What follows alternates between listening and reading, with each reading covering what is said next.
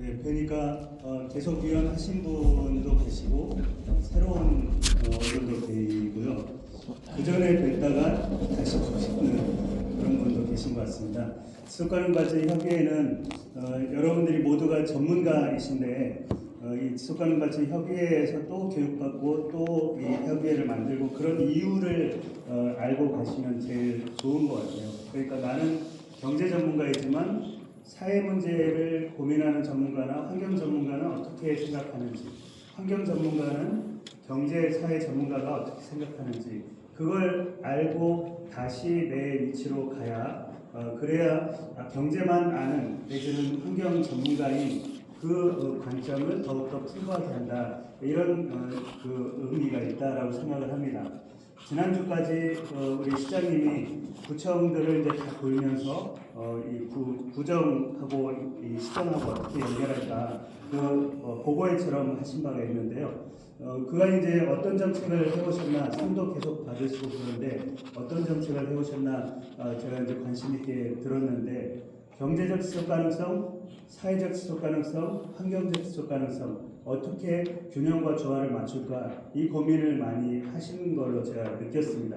그러니까 실제 표현은 지속가능 발전이라는 표현을 많이 쓰지는 않으셨으나 지속가능 발전 관점을 갖고 계시구나 하는 생각을 하게 됐고요. 인천은 한 10여 년 전에 그때도 A 토론회 뭐 이런 게 있었는데 그때 17개 목표 중에 인천에서 가장 시급하고 우선순위가 있는 목표가 뭔가 그거를 한 600명 넘게 스티커 투표를 해본 적이 있는데요. 그럼 경제를 살려야 된다, 환경을 살려야 된다 이것보다도 사회가 문제다. 사회적 형평성 이게 지금 제일 문제다. 그렇게 많이 표를 찍었던 적이 있었습니다. 그래서 의외네라고 생각을 했지만 실제 지금의 시정에서 사회적 형평성, 사회적 지속 가능성을 많이 강조하는 거 이거 역시 그런 관점에 있지 않는가. 그런데 그 사회 문제만 보면 또 경제와의 균형이 맞지 않고 환경과의 균형이 맞지 않는 것을 어떻게 극복할까 그걸 지속가능 발전에서 얘기하고 지속가능 발전 협의회에서 얘기하는 거다 그렇게 생각해 주시면 좋을 것 같습니다. 그래서 지속가능 발전이라는 게 그럼 경제 성장도 있고 뭐 대안적인 발전도 있고 그럴 수 있는데 왜 지속가능 발전을 얘기하는가 여기에 대해서 먼저 알아보고요. 그것을 유엔에서는 그동안 72년도부터 계속 이런 고민을 쌓아왔다가 2015년에 유엔 SDG 17개의 목표로 193개국이 합의해서 지금까지 오고 있습니다. 그러니까 지속가능 발전에 대해서는 한 72년부터 유엔이 고민을 했고 92년부터는 유엔이 합의를 했는데 이 제각기 하고 있는 것을 공동의 목표를 세워보자. 공동의 그 분야를 정해보자. 그렇게 해서 SDG가 수립이 됐기 때문에 그 SDG를 우리가 어떻게 활용할 건지 여기에 대해서 함께 논의하는 걸로 그렇게 해보겠습니다.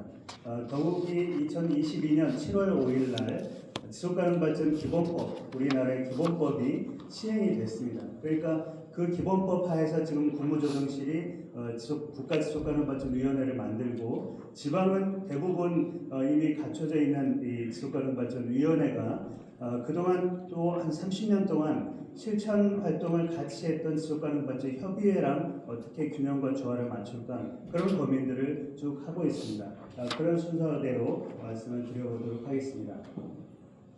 지금은 이제 네 번째 산업혁명이라고 하기 때문에 그만큼 혁명기는 혼란스럽습니다. 1차 산업혁명 때는 자동차가 발명이 되니까 마부들이 자살을 했고요. 네 번째 산업혁명 때는 카카오 택시를 더 늘려보려고 하니까 택시기사님들이 자살한 적이 있었습니다. 그런데 벌써 그게 몇 년 되지도 않은 것 같은데 이제는 자율주행, 우리가 아이로봇이라는 그런 영화에서 보듯이 우리가 운전하면 그게 불법인 시대가 얼마나 빨리 올까 그런 이 혁명기라는 거죠. 그렇기 때문에 가령 문재인 정부 때도 그 시급을 1만 원으로 올리겠다 그러면 다들 좋아할 것 같지만 결코 그렇게 되지 않았던 거 이런 것들을 생각하면 이 문제가 문제여서 이 문제만을 보고 있으면 절대 그 문제가 안 풀린다라는 것이 지금의 난제 시대라고 하겠습니다. 1952년도 우리가 지속가능 발전의 고민을 끌고 올라가는데요. 이 영국에서 18세기, 19세기에 벌써 산업혁명이 있어서 이 런던 스모그라는 말이 계속 있었는데도 불구하고 1952년에 그레이트 스모그라고 해서 이 날짜로 지정해 놨습니다. 그러니까 18세기, 19세기부터 아주 오랫동안 그 폐렴에 걸리는 그 스모그가 인과관계가 있음에도 인과관계가 인정이 되지 않았다가 이날 비로소 인정이 됐던 거죠. 레이첼 카스리사가 하는 침묵의 범위라는 이 책도 DDT가 벌레만 죽이는 줄 알았더니 결국에는 체내에 누적이 돼서 새도 죽이고 꽃도 죽이고 나비도 죽이더라라는 그런 순환 구조를 알게 됐고, 그러면서 자연에서는 누구도 따로 떨어져 있지 않다, 이런 교훈을 얻게 됐는데요. 그게 자연만이 아니고 인간 사회도, 인간과 자연의 관계도 마찬가지라는 관점이 계속 지속가능 발전의 역사를 가져왔습니다.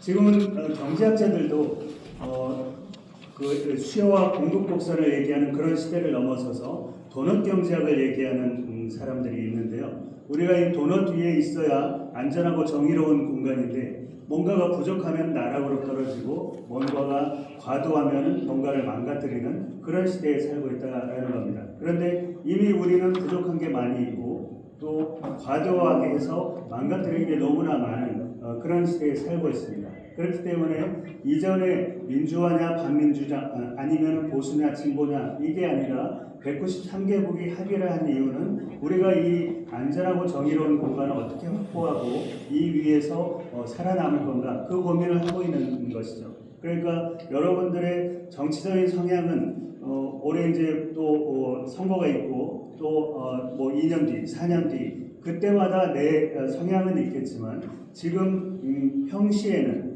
늘 이 지속가능 발전, 안전하고 정의로운 공간을 어떻게 확보할까, 이러한 고민을 하고 있는 것이고, 그럴 수 있는 공간이 바로 지속가능 발전 협의회라는 플랫폼이라고 생각을 합니다.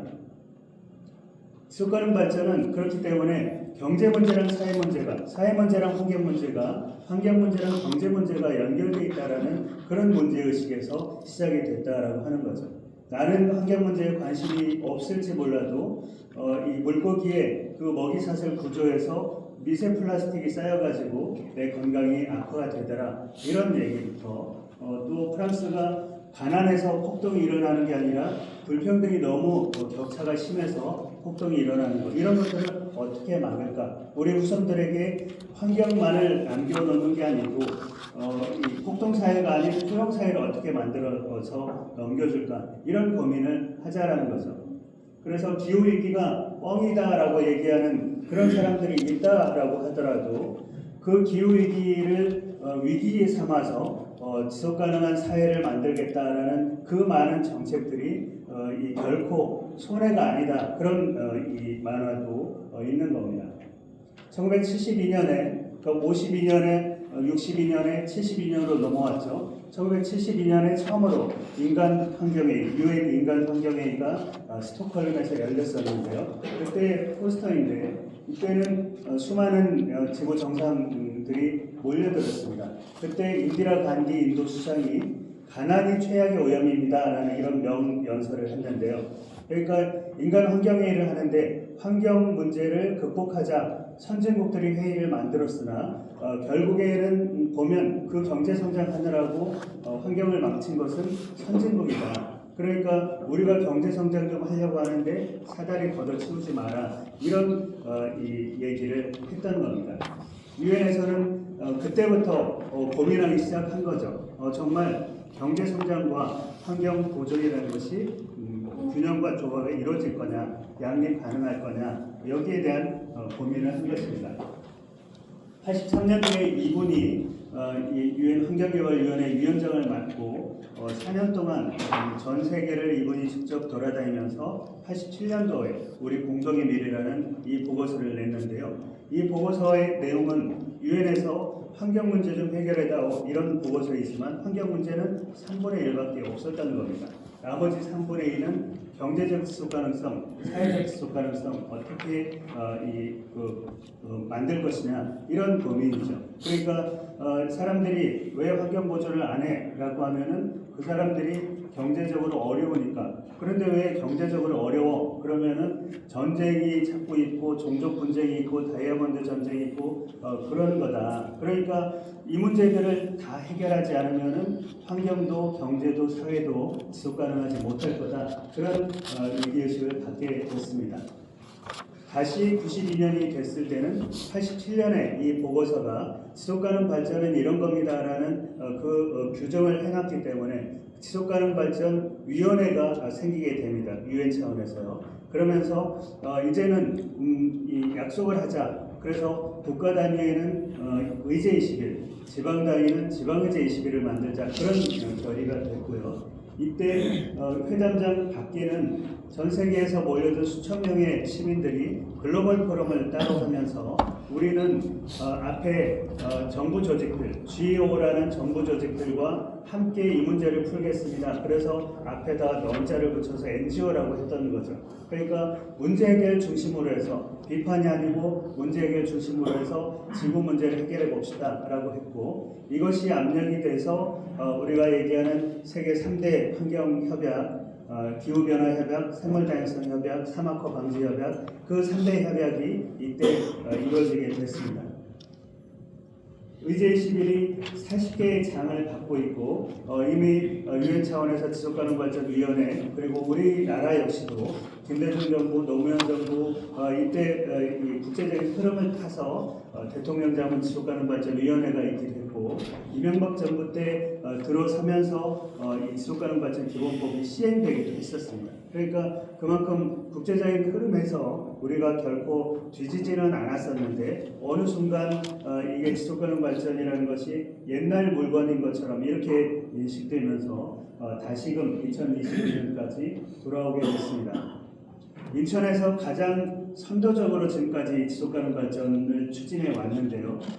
이 94년도부터 유엔 차원에서 95년이 되면 지방의제 21을 평가하겠습니다. 모니터링하겠습니다. 이렇게 문서가 들어오면서 부산이 제일 먼저 했고 인천이 두 번째로 했다. 이게 이제 공식 기록인데 인천이 더 먼저 모였어. 이런 얘기들도 있는 건데요. 어쨌든 94년, 95년 이때부터 인천이 지속가능 발전만큼은 가장 선도적으로 진행해 왔다, 추진해 왔다 이렇게 보시면 됩니다.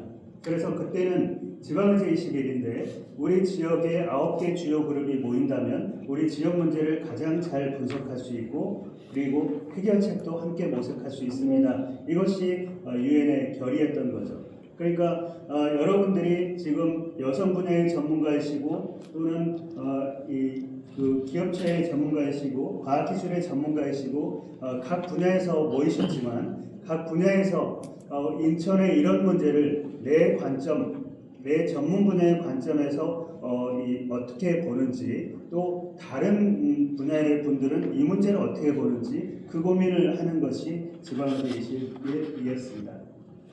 그러니까 이 국제적인 규범 속에서 지속가능 발전의 역사가 여기까지 왔다 이렇게 보시면 되겠습니다. 지속가능 발전 거버넌스를 얘기하는데요. 아까 제가 말씀드릴 때 9개의 주요 그룹들이 경제 전문가 따로, 사회 전문가 따로, 환경 전문가 따로가 아니라 그분들이 다 함께 모여서 얘기를 해야 균형과 조화점을 찾을 것 아니냐라고 하는 것을 거버넌스라고 표현을 했습니다. 이것도 역시 유엔 차원에서 얘기를 하는 거죠. 그러니까 지속가능 발전이야말로 이 거버넌스랑 가장 잘 매치가 되는 겁니다. 거버넌스가 문제를 해결을 하기 위해서 여러 분야의 사람들이 모이는 거다라고 해보면 그러면 유엔은 몇 개 분야에서 모여야 돼 그것까지 명시해놨던 거죠. 그런데 이 거버넌스라는 데 대해서 오해를 하는 거죠.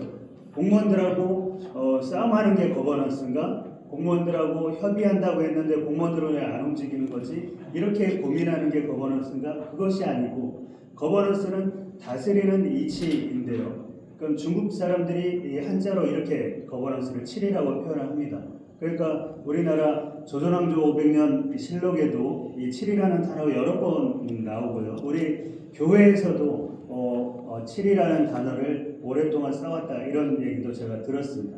그러니까 과거에 한 5,000년 전에는 신의 뜻에 따라서 이 다스리면 됐을지 모르겠지만 500년 전에는 왕의 뜻에 따라서 다스렸는지 모르겠지만 200년 전에는 시민권, 그냥 4년에 한 번씩 이 투표하는 그 시민권에만 의지해서 이 다스렸는지 모르겠지만 지금은 우리 지역 문제를 가장 잘 알고 있는 지역 주민들, 특히 이 9개 분야의 전문가들, 9개 분야에 관심이 있는 이해 당사자들, 이런 분들이 모여야지만이 그 지속가능 발전 거버넌스를 할 수 있습니다.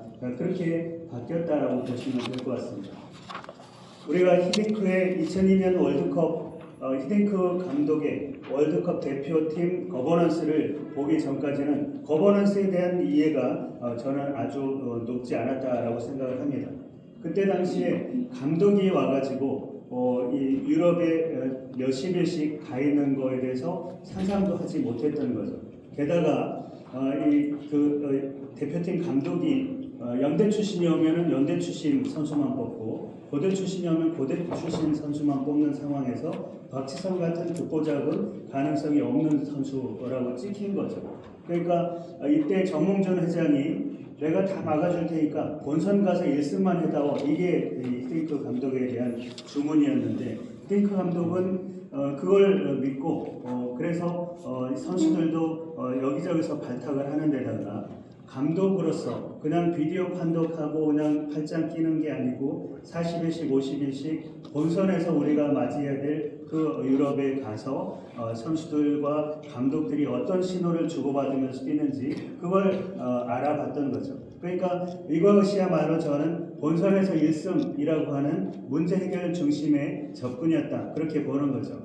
감독만이 아니고 코치만이 아니고 연대 출신 선수만이 아니고 박지성까지도 이 문제를 해결하기 위해서 함께 노력했던 것, 이렇게 접근할 수 있었다라는 거죠. 여러분들이 대한민국 사람들은 이 위기 때마다 강하다 이런 얘기를 평을 많이 듣지 않습니까? 그게 100만의 기적, 태안 앞바다의 허베이 스트레이트 사건이었다라고 저는 생각을 합니다. 거버넌스라는 요 단어에 대한 이해가 낮았을 때는 오른쪽 밑에 있는 민방위대, 의용소방대, 자율방범대 이 정도만 자원봉사 현장에 있었는데요. 이때는 서해를 지킵시다라고 하는 네이버 카페, 다음 카페들이 전국에 100만 명을 연결시켜줬습니다. 그래서 모이는 사람들도 그냥 자원봉사센터, 공식적인 사람들만이 아니라 동호회, 가족들, 친구들 모임, 지역 모임, 전국에서 100만이 모였던 거죠. 그러니까 한 달도 되지 않아서 100만을 채워가지고 그 네트워크를 이렇게 그려볼 수가 있었던 건데 이때마다 그럼 정부는 뭐 하는 거냐, 공무원은 뭐 하는 거냐라고 했지만 공무원들은 매뉴얼대로 움직이고 순직한 사람들도 생겼는데 이 복잡한 자원봉사 네트워크를 연결할 수 있는 것은 역시 이 플랫폼 속에서 이 문제 해결을 하자라고 모여든 그 사람들의 자발적인 네트워크였다, 그렇게 생각할 수가 있는 거죠. 그러니까 우리가 분과위원회를 만들지만, 그리고 우리 지속협 전체 위원님들이시지만 사회분과는 사회문제, 사회적 지속가능성에 고민을 하다 보면 환경적 지속가능성, 경제적 지속가능성에도 같이 고민을 하게 될 거다, 이런 이 생각을 갖고 있는 겁니다. 과거에 그 좌우로 나뉘고 민주나 반민주나 했을 때는 이 녹색이라는 게 너무나 낯선 거였죠. 게다가 우리는 먹고 살기 힘들어서 녹색이라는 것은 저 서독에만 있는 녹색 땅, 이렇게만 생각을 했는데요.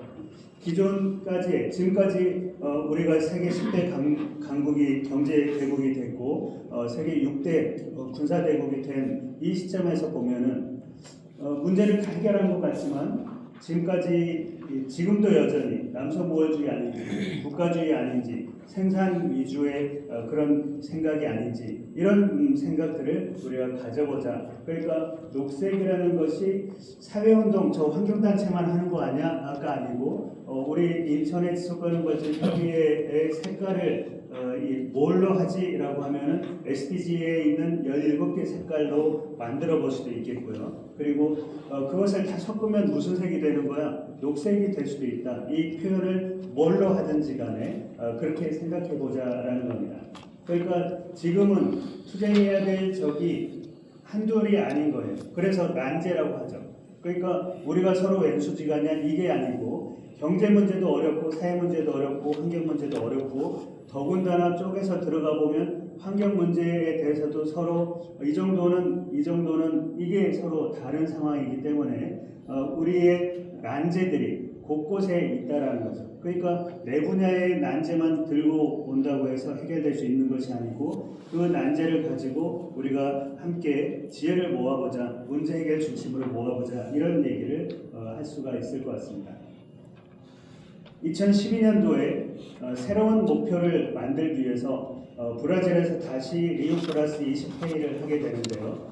그때 당시에 한 세션에서 그러니까 이클레이라고 하는 지속가능 발전 지방정부 협의회들에 지금은 2,500개 도시가 들어있고 그 당시에는 1,500개 도시가 들어있었던 이클레이 세계총회를 브라질에서 하는데요. 그때 한 세션에서 이런 제목이 있었습니다.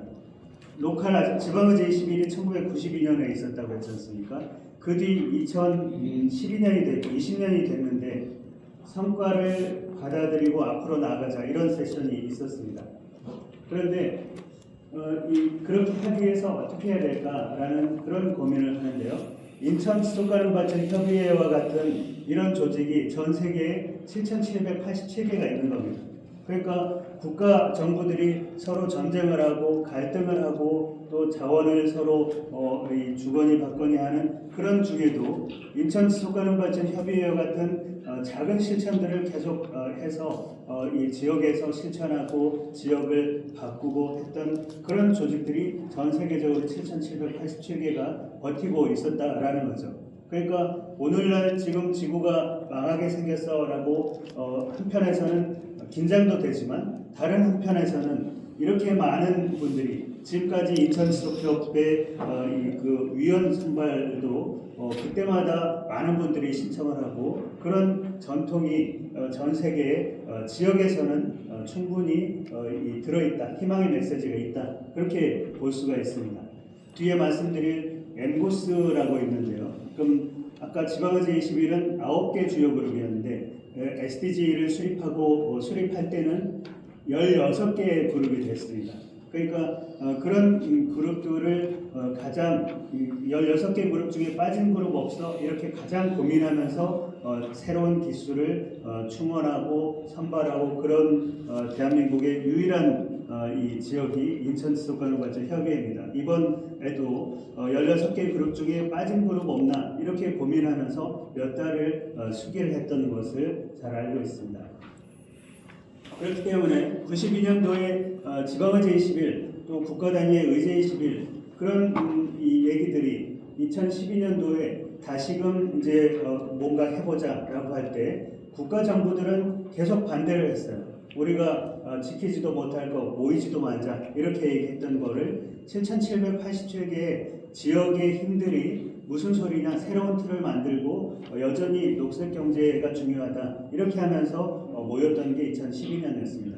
그때는 아까 말씀드린 것처럼 92년에 9개 그룹이 아니고 7개 그룹이 추가가 되는 거죠. 그러니까 저 7개 그룹은 왜 92년도부터 안 껴줬을까 이렇게 생각해 보면 그러면은 저 학술단체나 재단이나 이런 데서는 관심이 없었거나 노인 그룹이나 장애인 그룹이나 이주민 그룹은 그 당시까지는 힘이 별로 없었거나 이런 거였죠.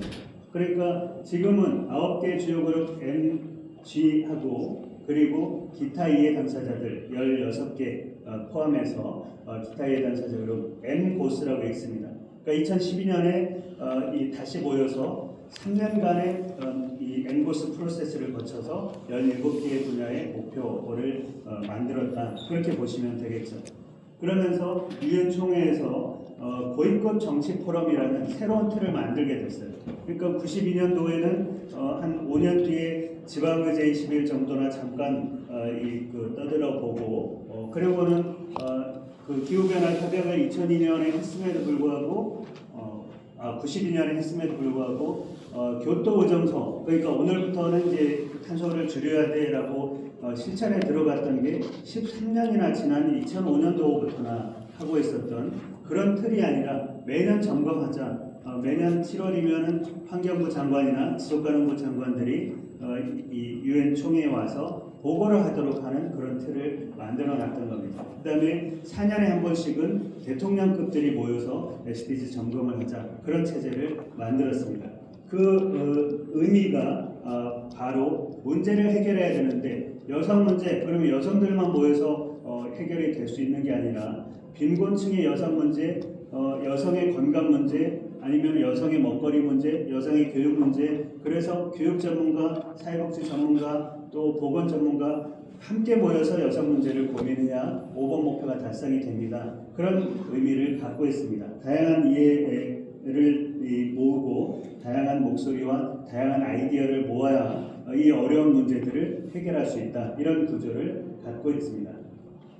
그래서 우리가 거버넌스를 얘기를 할 때 그냥 공무원들하고 몇 번 얘기해보고, 아니면 우리 사무처장님하고 몇 번 만나서 얘기해보고는 이 거버넌스 하자더니 아니야, 이게 아니다라는 것을 우리 지속가능과 협의회에서 계속 여러분들이 이번 기수 내내 모범을 만드셨으면 좋겠다, 그런 생각을 하는데요. 우리 상임회장님께서 결석을 하지 맙시다 이렇게 말씀하시는 것도 그냥 여기 위원회는 1년에 한 번만 모여도 되는, 아니면은 그 위촉장만 있어도 되는 위원회가 아니고 여러분들이 회원이 아니라 위원들이기 때문에 여러분 분야에서 해결하지 못하는 그런 문제를 함께 해결하고, 또 인천이 안고 있는 여러 문제들을 여러 다양한 시각에서 함께 해결하자, 그런 의미를 갖고 있기 때문에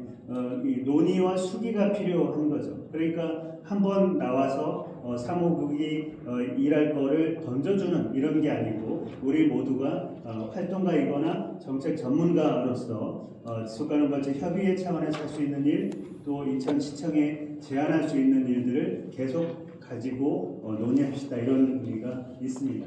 그러니까 이 거버넌스라는 걸 하기로 했으니 인천이 그 거버넌스 역량을 지금까지 30년 동안 축적을 해왔으니까 우리가 계층제 방식으로, 아니면은 회의비가 많지 않아서 그런 계층제 방식이나 시장 방식이 아니고, 우리가 개별 분야의 전문가이자 자원봉사자이자 활동가인데 이쪽에 와서 네트워크를 어떻게 연동시켜 볼까, 네트워크 거버넌스를 우리가 고민해 보는 겁니다.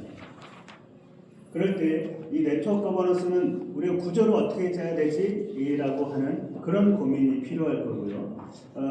우리가 이 분과위원회가 잘 안 되는 것 같으면 설계는 잘했는데 이 거버넌스가 실패한 건지, 아니면은 설계는 잘했는데 관리를 못하고 있는 건지, 아니면 우리가 아직은 역량이 안 되는 건지, 또는 설계 자체를 잘못한 건지, 이런 고민들을 계속 하는 거죠. 그러니까 우리 시청에서는 이 지속가능발전협의회는 왜 이리 회의만 많이 해요? 이렇게 얘기하는 경우도 있는데, 결국에는 문제 해결을 하기 위한 그 협력적 거버넌스를 구성하는 이 설계, 또 역량을 쌓아가는 것, 구조를 정책시켜가는 것, 그런 것들이 바로 우리 스스로의 교육이고 훈련이기도 하다라는 거죠.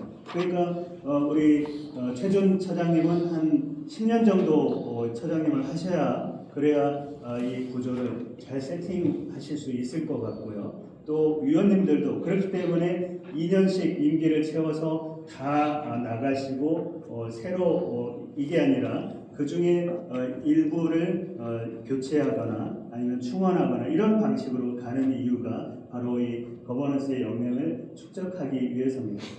그러니까 결국 이 거버넌스는, 아니 우리도 경제 분야의 협의체가 있는데, 경제 거버넌스가 있는데, 우리 사회 거버넌스의 협의체가 있는데, 그렇게 말씀하시더라도 여기는 경제사회 환경의 균형을 맞추는, 조화를 이루는 그런 관점에서 문제를 해결하는 거기 때문에 각각 분야의 거버넌스 구조가 있을지라도 우리는 메타 거버넌스이고 여러분들은 그냥 우리 지역 사회에 유능한 전문가이기 때문에 오셨다 이 정도가 아니라 메타 거버너로서 내 분야의 거버넌스를 잘 작동시키기 위해서 나는 어떤 메타 거버너가 될까, 메타 거버넌스를 이곳에서 교육하고 훈련하고 하는 그런 것을 몸소 이뤄가시는 그런 협의체라고 볼 수가 있습니다.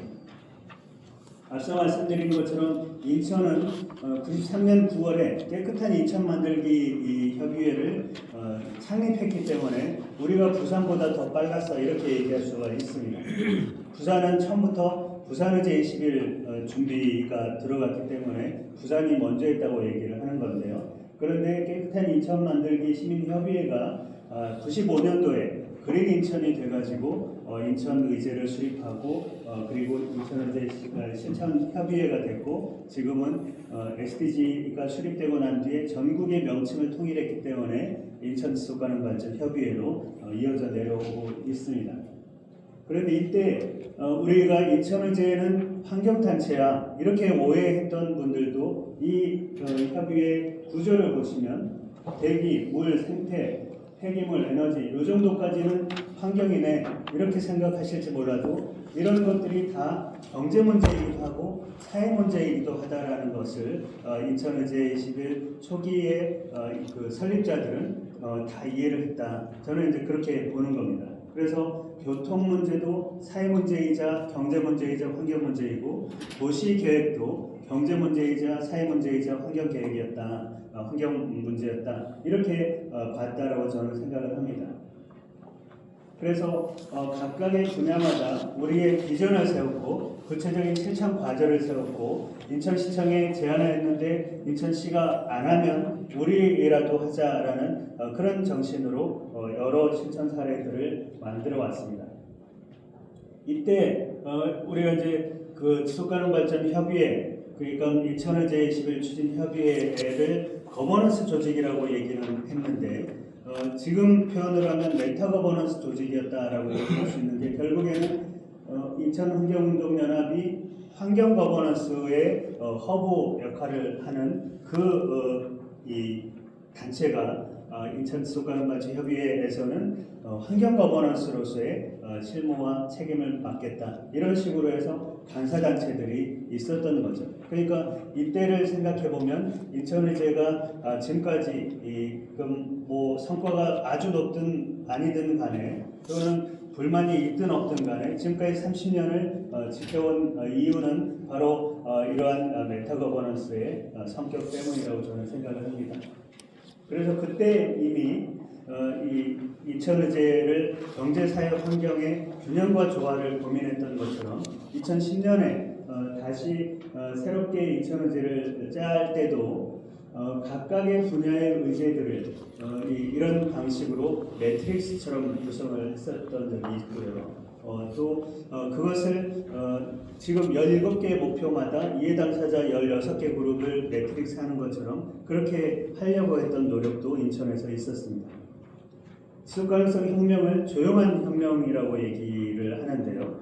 그럼 지금 4차 네 번째 산업혁명기 아주 혼란스러운 이 변화가 빠른 그런 난제 시대에 지속가능성 혁명만이 가장 이 조용하고도 근본적인 혁명이다 이렇게 보는 거죠. 그러니까 우리가 이 위생에서 보다시피 하나의 작은 수들이 모여서 7,787개가 돼서 결국에는 2012년부터 3년간 지속가능발전 목표를 193개국이 합의하도록 그렇게 만든 힘이 되고 원동력이 됐던 것처럼 우리가 인천에서 우리 이 예산도 적은데 이 정도 모여가지고 무슨 문제를 해결해가 아니라 반집의 승리를 얻기 위해서 우리가 작은 노력들 그간에 인천이 상도 많이 받은 게 있고 상 받으려고 일하는 건 아니지만 우리 기초 지자체들하고 함께 해왔던 많은 일들을 생각해 보면 착실한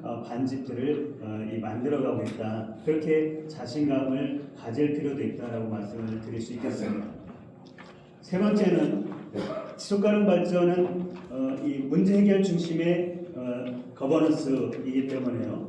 그럼 193개국이 합의하기 전까지는 7,787개가 버텨왔는데 이게 애매하고 어느 정도야 지속 가능하다는 거야 이런 불만도 많고 그래서 2015년에 17개 분야의 지속 가능 발전 목표를 세우게 됐는데요. 그 목표를 중심으로 해서 지속가능 발전 거버넌스를 구성해 봅시다. 이런 얘기죠. 인천의제가 수립이 될 때 경제사회 환경 분야로 매트릭스를 짰듯이 이제는 17개의 목표 분야를 가지고 매트릭스를 짜보는 겁니다. 2000년 9월에 15년간의 목표연도를 두고 새천년 개발 목표를 만든 적이 있습니다. SDG도 최근에 들어보셨는데 MDG는 들어본 적이 없어 이러신 분도 계실 수 있는데요. 이 MDG는 이 8개 목표를 보면은 그냥 ODA 목표 아닌가? 제3세계를 위한 거 아닌가? 이런 생각이 드는 겁니다. 그런데 2015년에 목표연도가 끝나기 때문에 2012년부터 고민하기 시작하는 거죠. 어떤 목표는 왜 달성이 됐는데 어떤 목표는 왜 달성이 되지 않을까? 그게 가만히 생각해보면 에이즈나 말라리아나 이런 것은 우리가 ODA 자금을 더 많이 넣으면 해결될 것 같지만 빈곤 문제라든지 성평등 문제라든지 환경적 지속 가능성이라든지 이런 것은 후진국만 열심히 일하는 게 아니라 선진국들이 각성을 하고 함께 들어와야 해결될 수 있다. 이런 이 의식이 생긴 거죠. 그래서 5가지의 필축을 세웠습니다. 그 사회 문제는 1번부터 5번 목표, 경제 문제는 7번부터 11번 목표, 환경 목표는 6번, 12번, 13, 14, 15 그리고 평화 파트너십이 근간이 된다라고 해서 16, 17번 목표를 만들게 되는 거죠. 이게 3년간의 엠보스 프로세스를 거치면서 이런 정도의 목표 분야는 있어야 됩니다. 그런 합의를 갖게 된 겁니다. 그래서 17개의 목표 분야가 있고 193개국이 합의를 했기 때문에 각 목표마다 선진국형 세부 목표, 후진국형 세부 목표들이 있어서 169개의 세부 목표들이 있는 거고요. 그 다음에 매년 7월이면 평가를 하기 때문에 240여 개의 지표가 있는 겁니다. BTS가 2021년에 유엔에 가가지고 배지를 차고 연설도 하고 노래를 한 적이 있었는데 이걸 두고 전 세계인들이 야 지속가능 발전 목표를 BTS가 얘기하다니 이렇게 얘기를 했는데 한국에서만 유일하게는 아닐지 몰라도 유독 이 SDG라는 게 워낙 비주류였던 거여서 아니면은 옛날에 했던 걸로 또 생각을 해서 BTS가 왜 갔는지 아는 사람이 잘 없었습니다. 그런데 이때 왜 갔냐면 2016년부터 2030년까지의 목표연도를 가진 SDG 지속가능 발전 목표인데 2020년부터 지금 코로나 때문에 계속 뒤처지고 있는 거지 않습니까? 목표가. 그러니까 BTS가 와서 노래 한 곡 해주면 전 세계 수억 명이 다시금 각성할 것 아니냐. 그게 유엔의 주문이었고 BTS가 그때 무리를 해서라도 이 유엔에 갔던 겁니다. 그러니까 앞서 보시면 여기 고울스에 동그라미가 있고 17개 색깔이 있죠. 이 배지를 차고 노래를 한 것인데 이게 그냥 BTS 배지인 줄 알고 오해를 하셨을 텐데 이게 SDG 17개 목표의 배지인 거죠. 17개 목표는 17개 그림을 보면 그냥 머릿속에 다 들어올 만큼 아주 상징적이고 잘 만들어져 있습니다. 7번 목표는 아직도 전기를 못 쓰는 사람들이 있으니까 깨끗하고 저렴하고 안전한 에너지를 공급하자 이렇게 돼 있어요. 지속가능한 도시와 공동체는 이 난개발 시대는 이제 적자 그런 얘기들을 하고 있는 거예요. 기후행동은 1.5도를 넘겨버렸으니 이거라도 붙잡자 이런 노력을 얘기하고 있는 겁니다. 그런데 17개의 목표를 인천의제처럼 매트릭스로 보자고 했죠. 그것을 이 만화가들이 얘기하고 있습니다. 17개의 목표를 17개 재료라고 생각해보고 이 재료를 가지고 이 두 요리사가 케이크를 만들었는데 녹아내리고 있는 거죠. 그러니까 뭐가 문제지라고 했고 재료 몇 개 빼먹은 거 아닙니까? 이렇게 얘기한 거죠. 그러니까 우리가 SDG 웨딩 케이크를 만들기 위해서 여러분들이 모인 거라고 생각을 해보면요.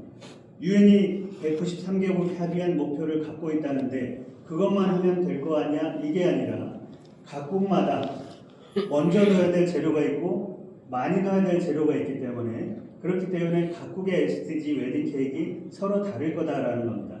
국가 목표가 2018년에 만들어졌지만 인천의 고유한 문제를 대한민국이 다 담고 있지 않는 거죠.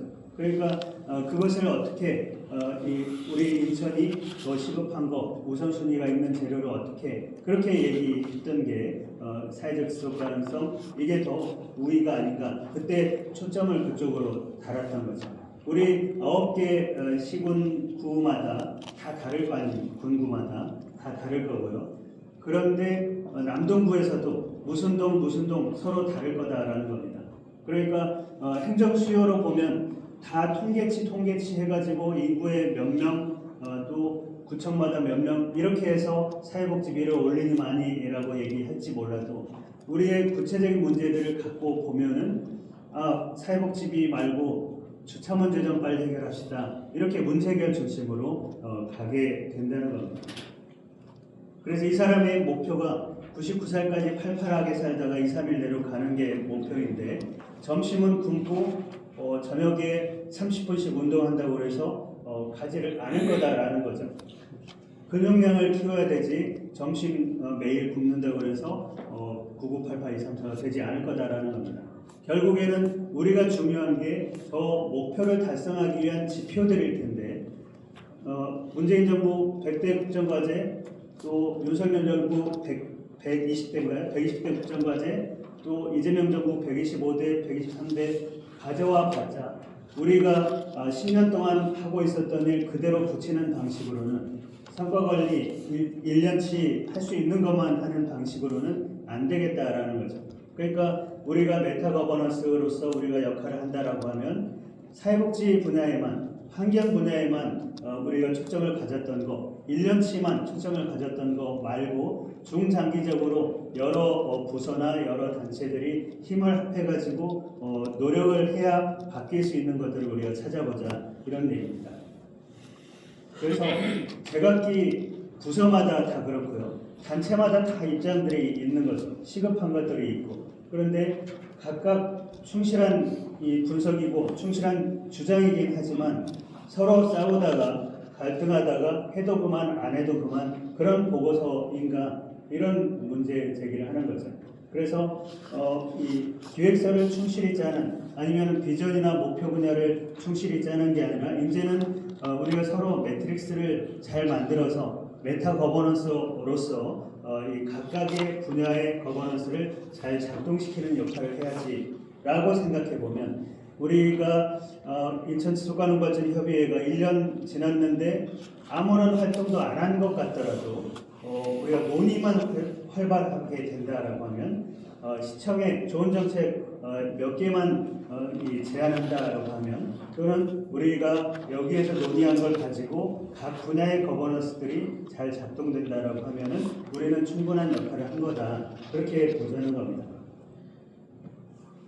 그래서 공무원들은 특히 이런 새로운 개념이 나올 때마다 우리를 어떻게 괴롭힐까 각 부서마다 과제가 있고 해마다 이 평가하는 지표가 있는데 비전은 용역사가 와서 만들어주고 목표나 전략도 용역 보고서에 다 나와 있는데 그거는 그대로 됐고 캐비넷에 넣고 우리는 행안부나 총리실이 평가하는 거는 하자 이렇게 될 가능성이 많다라는 거죠. 그렇기 때문에 인천시의 지속가능성 이거는 이 메타 거버넌스와 시장님의 역할인데 그냥 공무원의 책무로 그렇게 오해하게 되고 우리가 알고 싶은 것은 취업자 수가 늘었는지 아니면 자동차 오후 3시입니다. 아니면 에너지 소비량이 줄었는지 또는 행정의 서비스에 대한 만족도가 높아졌는지 이런 걸 알고 싶으나 이런 거를 알 수 있는 방법이 없다라는 겁니다. 그러니까 통계치는 통계치대로 따로 있고 행정은 행정대로 1년치 할 수 있는 일, 부서에서 할 수 있는 일만 하기 때문에 우리가 결국에 이 일을 열심히 해서 뭐가 된다는 거지 여기에 대한 인식이 약할 수밖에 없다라는 거죠. 그러니까 1년 내내 공무원 열심히 일하고 1년 내내 시민사회단체들 열심히 일하지만 연말이 되면 뭐가 바뀌었지? 라는 그런 생각을 하는 상황을 넘어가자라는 거죠. 그런데 이게 위에서 내려오는 방식으로 가면은 밑에서 아무리 올려도 위에서 내려온 일만 하는 거지, 제한하는 거는 이것 때문에 안 돼, 저것 때문에 안 돼라고 하는 거죠. 예산 때문에 안 돼, 규정이 없어서 안 돼, 예산도 규정도 있지만 그런 선례가 없어서 안 돼, 이런 얘기들이 계속 반복되는 것을 우리가 넘겨보자라는 겁니다. 그러니까 결국에는 각각의 부서들이 일을 열심히 하고 있는 거, 1년 동안에 하고 있는 일을 이 부서별로 있지만 결국 공동의 목표와 공동의 전략을 만들 수 있게 하자. 그게 작년 인천 지속가능발전위원회와 협의회가 1년 동안 계속 모여서 논의했던 인천시 지속가능발전 기본 전략과 추진 계획이었던 거죠. 그러니까 그런 지속가능발전 목표, 전략, 그리고 어느 부서든 함께 봐야 될 지표, 그런 것을 지속가능발전 지표라고 하니까 자꾸 성과 지표랑 헷갈리는데 등대 지표라고 생각을 해보자는 거죠. 그러면 실업률이라는 등대가 자꾸 깜빡일 때 그럴 때 이거는 경제부서 거야, 이게 아니라 환경부서에서도 환경 일자리 같이 고민하자, 환경단체들만이 아니라 경제단체들도 고민하자, 이런 이 등대를 몇 개라도 건져보자, 몇 개라도 세워보자라는 것이 이 지속가능발전 행정체제의 의미라는 겁니다. 그래서 결국에는 내 말만 해서는 바둑을 이길 수가 없기 때문에 승리하기 위해서는 공동의 목표, 공동의 지표, 그리고 시민들이 알고 싶어하는 것, 그다음에 우리 인천이 겪고 있는 많은 문제들 중에 핵심 고리, 이것들을 찾아보자라는 겁니다. 그것을 이 일의 핵심, 본질이라고 얘기를 했던 거고요. 그렇기 때문에 청년 문제가 심각해라고 하면은 일자리 쪽에다가 보내고, 아니면 노인 문제가 심각해 그러면 노인과에 보내고, 이런 게 아니라 농촌에서 허리를 굽혀가면서 밭일을 계속하고 있는 우리 할머니의 건강이 걱정이 됩니다 라고 하면 처음부터 노인복지과 일이 아니라 4개 부서가 같이 고민해야 될 일이다, 이렇게 보자는 겁니다. 그런 역할을 공무원 조직 내에서는 아무도 하는 사람이 없기 때문에 시장님이 리더십을 발휘하거나 아니면 인천지속가능발전협의회가 그렇게 부서들이 넘나들 수 있거나 부서들이 공동으로 노력할 수 있는 그런 일을 1개, 2개라도 보내서 그게 목표가 돼가지고 여러 문제들을 함께 해결할 수 있는 그런 구조를 만들어 갑시다라는 겁니다. 그러니까 기존의 갈등 관리의 원칙들을 보면 와서 입장을 얘기해라 이렇게 얘기하지만, 그렇지만 실제로는 답이 정해져 있는 거예요. 이거 할까 말까, 개발할까 말까, 보전할까 말까. 그러니까 공청회를 하든 토론회를 하든 간에 그 끝없는 갈등만 있거나 결국엔 갈등하다가 51대 49로 돌아가는 거지 않습니까? 그러니까 그런 갈등 해결 말고 유엔에서 고민하는 것처럼 에너지가 부족한 나라는 저 옥수수를 가지고 바이오 에너지를 쓰게 하자. 그런데 식량이 부족한 나라에서는 그걸 못하는데 어떻게 할까? 그런 고민들을 자꾸 해보는 거죠. 안성에서는 오랫동안 그러니까 시청이 지속가능발전 기본 전략을 짜지 않을 때도 공무원들과 함께 지속가능발전협의회가 안성형 SDG를 만들어서 실천해 본 적이 있습니다. 그렇게 해서 협력과제를, 민관 협력과제를 하나라도 해봅시다. 그래가지고 에코뮤지엄이라는 이 사업을 하기도 했고요. 그 다음에 두 번째 사업으로는 시민들이 내 숲을 갖도록 하자. 이걸 또 민간 협력 사업을 해가지고 벌써 한 2, 3년 된 것 같죠. 2024년 4월에 1호 숲이 나오는 그런 성과를 내기도 했습니다. 이거는 산림청도 도와주지 않았고 저 환경부가 도와주지도 않았고 또 시장님이 얘기한 것도 아니에요. 공무원들과 공동 워크숍을 이 지속가능발전 협의회가 하면서 만들어낸 사업이었습니다. 그런데 막상 민관협력 사업을 해놓고 보니까 도로관리 1팀하고 2팀은 조정을 좀 해보겠는데 도로시설과하고 교통정책과 건축과는 넘어서질 못하겠다라는 게 공무원들의 하소연이었습니다. 그러니까 이걸 넘겨주는 역할을 우리가 하겠습니다. 그래서 지속가능과제 협의회 위원님들이 이 메타 거버넌서로서 이 칸막이를 넘어서는 역할을 해줘서, 그럼 유니버설 디자인 관점에서 보이너를 모니터링하니까 인도 정비, 적치물, 유효폭 이게 서로 다르더라. 그러니까 이것을 넘겨주는 일, 여기에 칸막이를 없애주는 일, 그 일을 우리 지속가능과제 협의회 위원들이 했다라는 거죠. 그러니까 이런 사례를 한 개만, 1년에 한 개만, 1년에 2개만, 아니면 분과별로 한 개씩만 이렇게 제안을 하거나 아니면은 그런 과제를 발굴하거나 내지는 그렇게 해서 각 여러분들이 속하신 단체들이 함께 연대해 가지고 그 문제를 해결하는 것을 만들어 봅시다라는 거죠. 일본은 2015년 9월에 SDG가 수립된 직후부터 총리가 단장인 이 SDG 추진단을 갖고 있어요.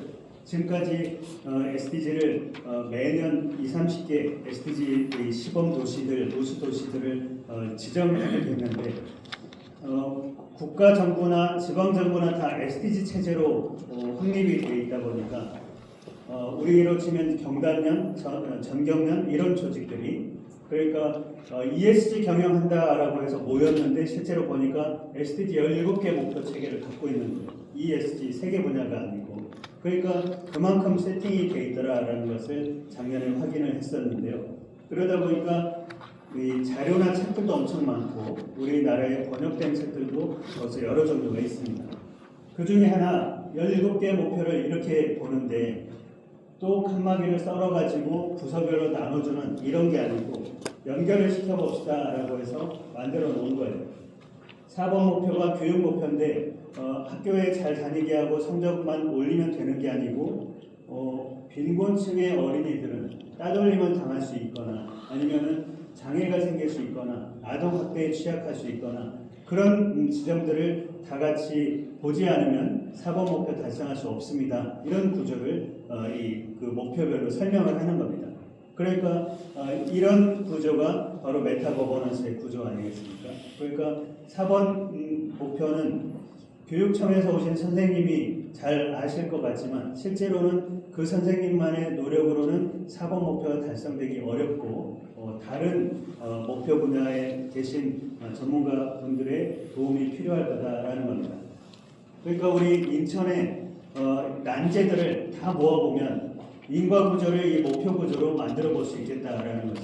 그러니까 연결된 지점을 앞에서 들어오는 거, 나가는 거를 합해서 보면 그 전보다 훨씬 문제 해결력이 높아질 거고, 또 전체를 연결해 보면 가장 이 네트워크의 그 노드나 아니면 허브가 두드러지는 그런 지점들을 발견할 수 있지 않겠느냐 하는 겁니다. 그러니까 우리 분과에서 실제 어떤 일을 할까 계속 그 생태분과처럼 자연환경을 지켜왔던 그런 분과도 실천활동을 했던 분과도 있는데 사회분과에서는 가령 우리 인천이 겪고 있는 사회 문제들이 상충되는 지점들이 많을 것 같은데 그 상충되는 지점들을 인과 지도를 만들어서 어떻게 발견하고 어떻게 상승 효과를 낼 수 있는 지점으로 만들어 볼까, 그런 고민만 1년 동안 하더라도 저는 의미 있지 않을까 그런 생각을 했습니다.